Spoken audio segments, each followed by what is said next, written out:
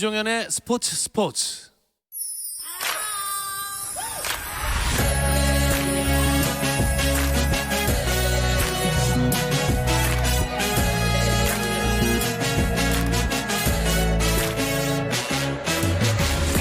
목요일에는 해외 축구 이야기 함께하고 있죠. 라디오의 발롱도르를 꿈꾸는 이건 김정용의 랄롱도르 시작하겠습니다. 이건 축구 전문 기자, 풋볼리스트 김정용 기자 나오셨습니다. 안녕하세요. 안녕하세요, 이건입니다. 안녕하세요, 김정용입니다. 자, 현재 이 코로나19 재확산이랑 태풍까지 왔다가 지나가면서 참 마음을 이렇게 편하게 먹을 수가 없는 날들인 것 같아요. 네, 어젯밤에 태풍 때문에 정말 걱정이 컸거든요. 바람 조금만 불어도 혹시나 하는 마음에 상당히 걱정이 컸는데 다행히 태풍은 큰 피해는 안 줘서 다행이었고요. 그래도 지금 코로나19가 재확산의 기미가 보이고 있으니까 많은 분들이 지금 들으시는 분들도 사회적 거리두기 하면서 빨리 코로나19 퇴치에 앞장을 서셨으면 합니다. 저도 이건 선배랑 거리를 잘 두고 있습니다. 사적으로 만남을 갖지 않습니다. 저희 셋 다 뭐 비슷한 그런 관계인 것 같습니다.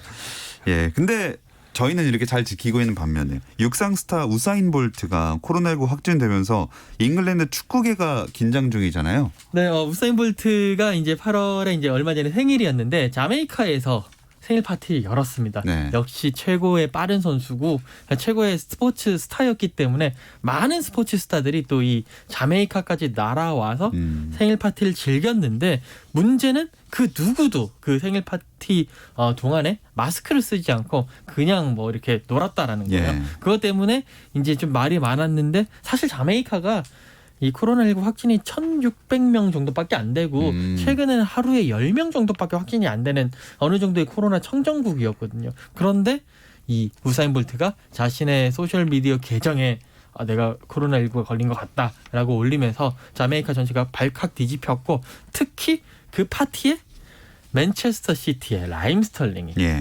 참석을 해서 같이 이렇게 즐거운 시간을 보냈기 때문에 이 선수도 지금 코로나19 걸린 거 아니냐라는 얘기가 나왔는데 가장 최근에 얼마 전에 방금 기사를 확인해 보니까 일단 코로나19 음성 판정을 받았다고 해서 이제 영국으로는 돌아올 수 있다고 했기 때문에 잉글랜드 축구계가 한숨을 놓은 상황입니다. 넣으라는 골은 못 넣고 파티는 잘 갑니다. 자메이카까지. 네.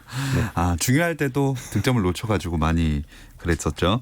어쨌든 시즌 준비에 돌입하는 첼시 선수단에서도 확진자가 나왔다고 합니다. 이거는 우사인 볼트랑 관계 없는 건가요? 네, 관계 없는 것 같습니다. 첼시는 이번 달 초에 바이에른 뮌헨과 웨파 챔피언스리그 16강 경기를 치른 게 시즌 마지막 경기였습니다. 그러니까 챔피언스리그 참여하는 팀들은 좀 늦었죠. 근데 그 뒤에 늦은 휴가에 돌입했는데 구단 측은 프리시즌 훈련 캠프를 열기 전에 지난 주말에 코로나19 진단 검사를 실시했다고 했는데 여기서 확진자가 무더기로 4명, 최소 선수 4명이 나왔다고 해요.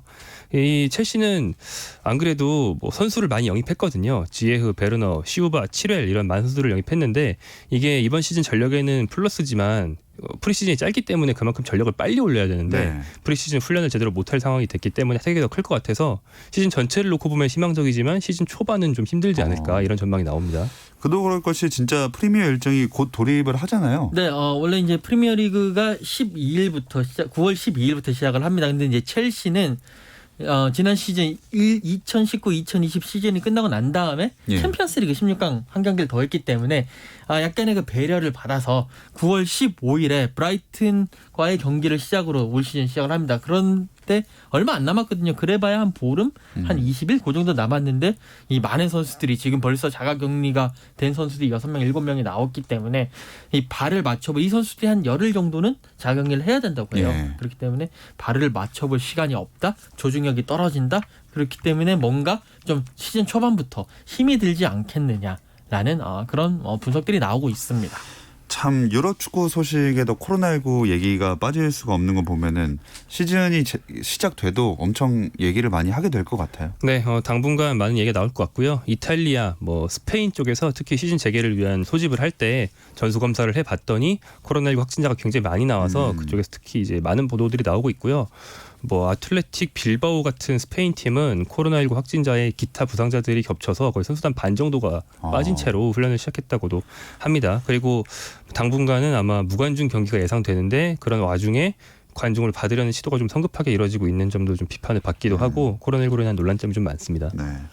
자, 새 시즌 이야기는 잠시 접어두고 일단 2019-20 시즌 마무리를 저희가 안 했습니다. 챔피언스리그 결승전이 딱 이제 있었죠. 네, 24일 새벽 우리 시간으로 24일 새벽에 스페인이 아니죠. 포르투갈 리스본에서 예. 열렸는데 바이에른 뮌헨이 파리 생제르맹을 상대로 결승전을 치렀는데 후반 14분 코망이 결승골을 넣으면서 1대 0으로 승리를 했습니다. 바이에른 뮌헨은 통산 6번째 우승이고 특히 조별리그 예선부터 16강, 8강, 4강 결승까지 전 경기를 승리해서 우승을 한 최초의 팀이 되었습니다. 네. 또 기쁠 수밖에 없는 게 뮌헨 우승이 7년 만이잖아요. 네, 2013년도 우승 이후 처음이죠. 그리고 또 눈에 띄는 건 2013년과 이번이 둘 다 트래블, 즉 3관왕이다라는 건데요.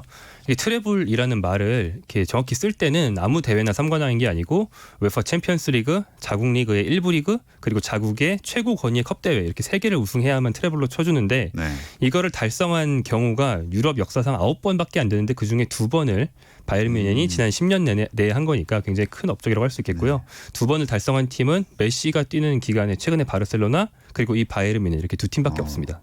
이 우승하고 나서 레반도프스키가 SNS 계정에다가 이 침대 비기어 이 트로피랑 같이 네. 누워서 엄청 이렇게 흐뭇하게 바라보는 사진이 있었잖아요. 네.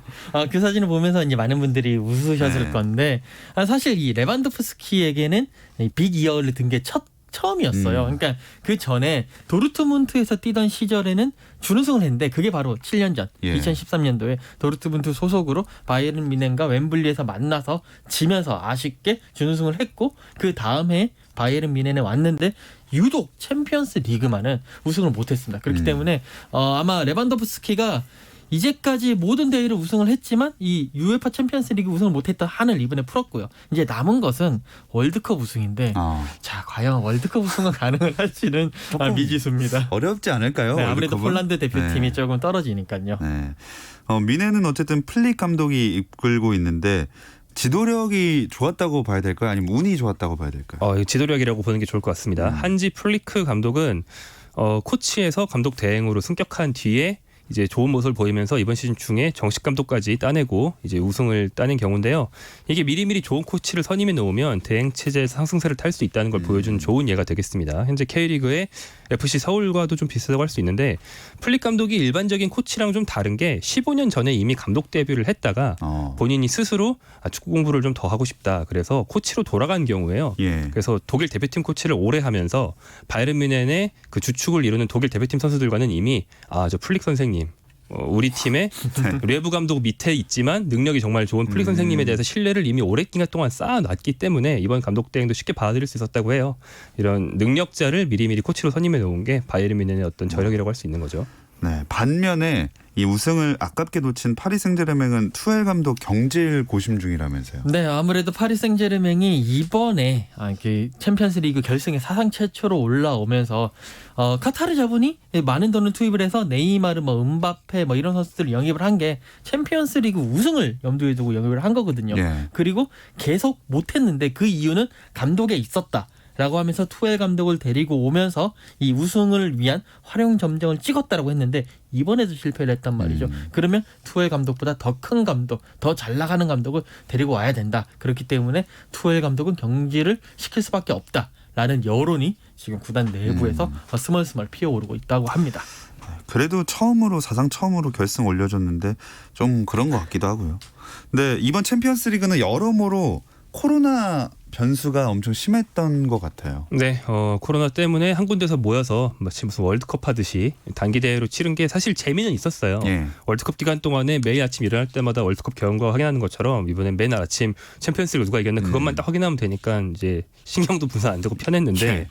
근데 이제 평소와 다른 대회 룰에 좀 당황한 팀도 있었던 것 같아요. 예를 들어서 8강에서 RB 라이프치히에 패배한 아틀레티코 마드리드 같은 경우에는 홈앤어웨이의 강자거든요. 그래서 평소에 2경기 하는 것처럼 조심스럽게 시작하려고 했는데 라이프치히가 한 경기밖에 안 됐는데 우리에게 뒤는 없어 이러면서 막 달려들어가지고 예. 당황시킨 다음에 넘어뜨려 버렸단 말이죠. 이런 식으로 한 경기로 줄어든 8강과 4강 일정에 좀 당황한 팀들이 있었고 그러다 보니까 4강에 이제 리옹이 맨체스터 시티를 잡고 진출하기도 했고요. 4강에 독일 팀 2팀, 프랑스 팀 2팀이 올라오는 것 자체도 좀 이변이었던 게 예. 잉글랜드, 스페인, 이탈리아 팀이 다 없는 4강은 굉장히 이례적이었던 경우입니다. 그리고 또 요 며칠간 엄청나게 이슈가 되고 있는 게 메시와 바르셀로나의 결별설입니다. 네, 리오넬 메시가 그러니까 리오넬 메시가 없는 바르셀로나 전혀 생각해 본 적이 없었는데 그것이 현실로 다가오는 느낌입니다. 그러니까 지난 이제 올 시즌 끝나고 난 다음에 발베르데 감독을 경질을 시키고 그다음에 쿠만 감독을 데리고 왔어요. 사실 쿠만 감독은 어느 팀에 가든지 간에 좀 많은 주축 선수들을 쳐내는 걸로 유명하고 네. 예전에 발렌시아도 그런 경우가 있었거든요. 그것 때문에 바르셀로나에 왔는데 루이스 수아레스를 치겠다, 내보내겠다라고 했을 때는 어느 정도 뭐 기선 잡기가 아니냐, 뭐 이런 식의 그런 예상들이 많았어요. 분석들이 많았는데 그게 아니고 정말 태업하고 정말 계속 그 기득권에 있는 그런 선수들은 내보내겠다라고 얘기를 했고 여기에 대해서 그 리오넬 메시 선수도 너무 이렇게 많은 변화가 있고 특히나 구단 최고위층에서의 리더십이 바뀌지 않는데 감독 하나 바꾸고 모든 그런 책임들을 선수들에게 전가하는 거 아니냐라는 쪽에 많이 실망을 했다고 합니다. 그래서 팩스를 통해 가지고 팀을 떠나겠다라고 이야기를 했고요. 지금 이 팀을 과연 떠나느냐 마느냐 법적인 문제가 있느냐 없느냐 뭐 여러 가지를 놓고 계속 많은 기사들이 확대 재생산 쏟아지고 있는 네. 그런 상황입니다. 일단 그 법적인 계약 문제를 좀 따져봐야 될 것 같아요. 네, 계약 기간이 1년 남았거든요. 그런데 이제 매년 그 시즌이 끝날 때 특정 시기 전에 즉 시즌 종료 며칠 전인데 이게 6월 며칠 전에 메시 측에서 바르셀로나 측에 우리는 자유계약으로 풀리고 싶다, 계약을 해지하고 싶다라고 통보를 하면 메시의 의사만으로 해지를 할 수 있다라는 조항이 양자 간의 계약에 원래 있다는 거예요. 예. 근데 지금은 이미 6월이 지나서 8월이잖아요. 근데 메시 측의 주장은 코로나19 때문에 시즌이 뒤로 밀렸으니까 지금이 그거랑 같은 기간으로 봐야 된다. 그러니까 우리는 그걸 발동시켜서 해지를 하겠다. 이런 주장인 것 같고요. 바르셀로나 측은 엄연히 계약서에 6월 며칠이라고 명시되어 있는 날짜가 있는데 그걸 멋대로 유권 해석하는 게 어디 있냐 이런 식으로 반박을 한 것 같습니다. 결국에는 이게 양자가 팽팽하게 맞설 경우에는 뭐 피파 유권 해석을 바라든지 아니면 국제사법중재재판소로 가든지 아니면 진짜 민사소송으로 갈 수도 있는 문제인데 예. 뭐 그건 가능성이고 그렇게까지 가기 전에 아마 양자가 적당히 합의를 하는 가능성이 더 높아 보이긴 합니다만 메시와 바르셀로나가 이렇게 그 팩스 형태의 내용 증명을 주고받으면서 이야기를 한다는 것 자체가 상당히 충격적이죠. 만약에 다른 팀이 바르셀로나의 메시에게 접근하려고 한다면 그 직접 협상할 수 있는 바이아웃 이게 엄청 크죠? 네, 최소 이적료 바이아웃이 이게 7억 유로, 우리 돈으로 따지면 약 한 9,800억 원. 1조네요, 1조. 네, 1조. 네. 여기에 메시의 연봉이 또 한 800억에서 1,300억 원 수준 된다고 하니까 정말 더하면 1조라는 돈을 가지고 있는 팀이 메시를 가지고 올 수 있다. 그래서 1조만 빌려달라는 그런 팀들도 많다고 합니다. 사실 이거는 그냥 비현실적인 금액을 아무렇게나 쓴 예. 거거든요. 바이아웃은 우리 둘 사이에 없는 걸로 치자라는 뜻에서 1조건 2조건 아무 돈이나 쓴 거기 때문에 만약에 진짜로 메시가 나갈 마음을 완벽하게 먹었다면 바르셀로나를 설득해서 다른 팀과 이적료 협상을 하도록 테이블로 끌어내겠죠. 네.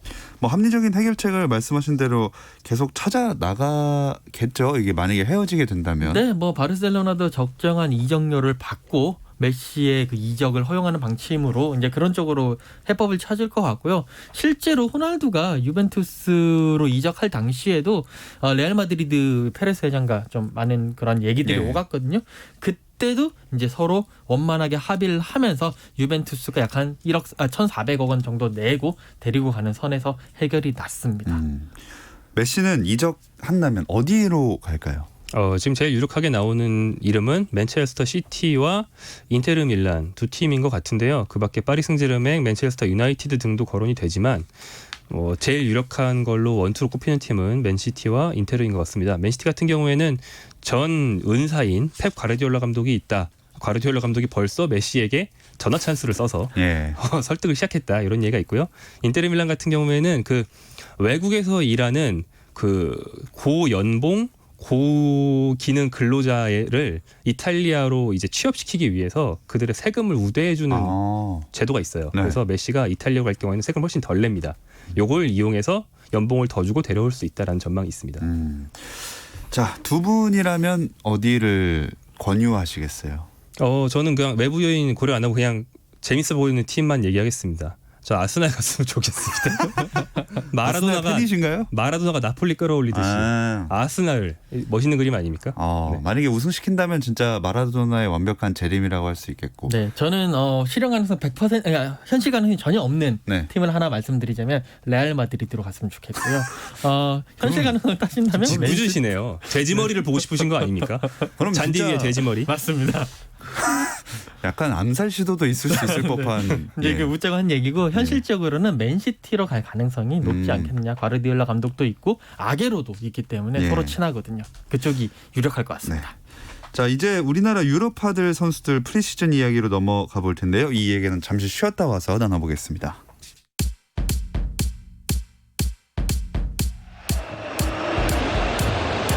Options. Messi gets it back. Messi! Suarez puts it on the plate and Messi. 현장의 소리, 레전드들의 이야기. 스포츠에서 모두 다 만나보세요. 김정현의 스포츠.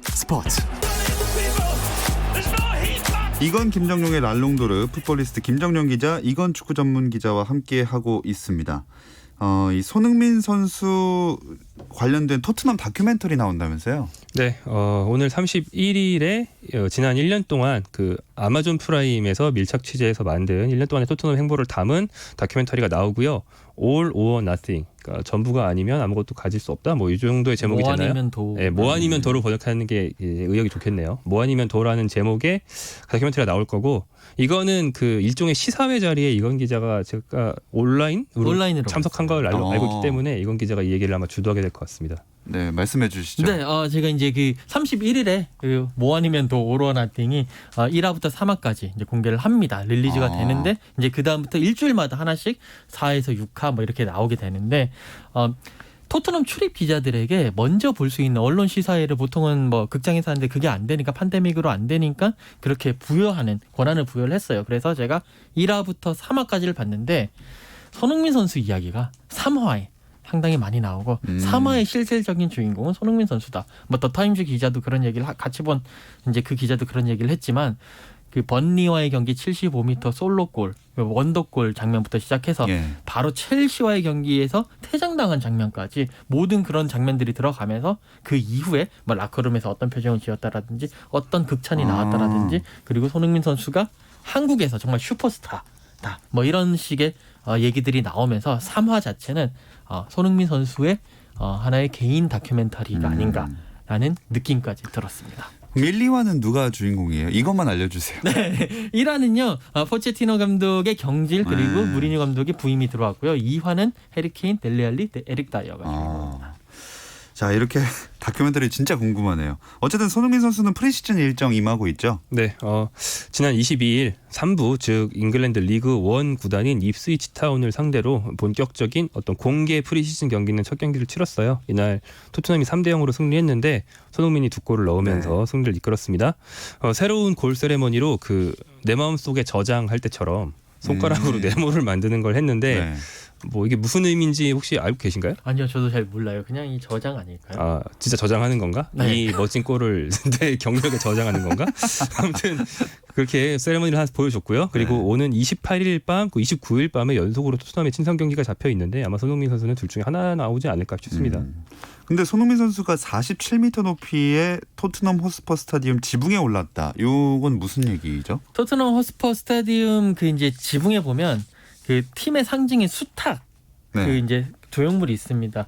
근데 이제 토트넘이 새 경기장을 개장을 하면서 그 지붕을 걷는 그런 프로그램이 있어요. 스카이워크라고 해서 보통 높은 빌딩에 그런 꼭대기 걷잖아요. 그런 것처럼 그게 하나 있는데 전망대라는 거군요. 전망대인데 그거를 이제 직접 걸어 올라가는 거죠. 그게 이제 8월 31일부터 런칭이 됩니다. 그 런칭 이벤트의 하나로 토트넘의 1군 선수들을 초대를 했고 그중에 이제 손흥민 선수도 한 명으로 올라갔는데 손흥민 선수는 갑자기 비가 많이 올 때 올라갔다고 하더라고요. 그러면서 인터뷰에서 너무 운이 안 좋았다. 난 다시 선샤인이 될 때 올라가고 싶다라고도 얘기를 남기기도 했습니다.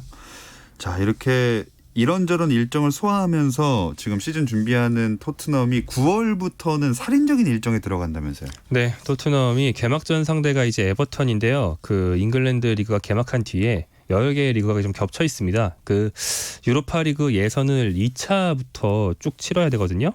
그거에 잉글랜드 프리미어리그 경기 그리고 리그컵이죠. 카라바오컵 경기 등이 다 겹쳐 있어서 초반에 한 3, 4일 간격으로 경기를 계속해야 되는 상당히 좀 버거운 일정이 손흥민 선수와 토트넘 선수들을 기다리고 있습니다. 네. 근데 아까도 그 성급하게 관중 입장 이런 이야기를 좀 했는데 프리시즌 경기에 관중 입장시킨다는 소식이 있더라고요. 네, 29일에 이제 그 영국 브라이튼에 있는 아멕 스타디움에서 브라이튼과 첼시가 프리시즌 경기를 합니다. 여기에 관중들을 뭐 다는 아니지만 한 어느 정도라도 입장을 시키겠다. 라는 그런 방침이 정해졌는데 지금 영국이 그래도 하루 확진자가 1,000명 이상이 쏟아지고 있거든요. 네. 이런 상황에서 과연 이게 적절한 처사인가에 대한 논란이 많습니다. 자, 신중하게 결정을 해야 될 것 같고요. 이강인 선수 부상 당한 건 어떤가요? 네, 이강인 선수 부상은 경미한 수준이라고 합니다. 일단 부상 상황은 지난 23일에 카스테온이라는 3부 리그 팀과 프리시즌 첫 경기를 했어요. 여기도 첫 경기였는데요. 이강인 선수는 다가오는 시즌 굉장히 중용될 것으로 예상되는 선수답게 주전팀이라고 할 수 있는 팀에서 이번 시즌 역할인 공격형 미드필더로 뛰었습니다. 4-2-3-1의 중앙 공격형 미드필더로 뛰었는데 시작한 지 한 10몇 분밖에 안 됐을 때 무릎을 자꾸 쓰러졌어요. 예. 결국 이제 그라운드를 빠져나갔거든요. 다만 경기 후에 바로 아이싱을 하면서 그라운드를 지켜보는 모습, 그라운드를 바로 떠나지 않은 모습 때문에 경미한 부상으로 예상이 됐는데 역시나 구단이 이제 27일 구단 홈페이지를 통해서 이강인이 훈련에 복귀했다라고 공개를 했고요. 좀 부상이 꽤 심했다가 복귀한 선수들은 네. 재활 프로그램을 소화하고 경미한 선수는 일반적인 팀 훈련을 할 텐데 이강인은 바로 팀 훈련에 복귀하면서 부상이 정말 경미했다는 걸 보여줬습니다. 다행이네요. 황의조 선수는 새 시즌 출발 어떤가요? 네, 22일에 리그앙 이제 개막전을 했는데 낭뜨와 홈 경기에서 선발 출전했습니다. 75분을 뛰었는데 왼쪽 날개로 나섰고요. 공격 포인트는 기록하지 못했습니다. 이 경기는 보르도가 전반 중반에 한 명이 퇴장당했기 때문에 어려운 경기에서 0대0으로 간 것도 선방한 거다라는 평가고 황의조 선수 나쁘지 않았다라는 평가를 받고 있습니다. 네. 자, 우리나라 선수들 활약 짚어봤고요. 이 프리미어리그 새 시즌 개막을 알리는 경기가 커뮤니티 실드인데 이게 29일에 있죠. 네, 보통 슈퍼컵이라고 부르는 대회 잉글랜드 버전이죠. 이름이 커뮤니티 실드, 컵이 아니고 실드인 것처럼 네. 우승하면 컵이 아니고 방패를 줍니다.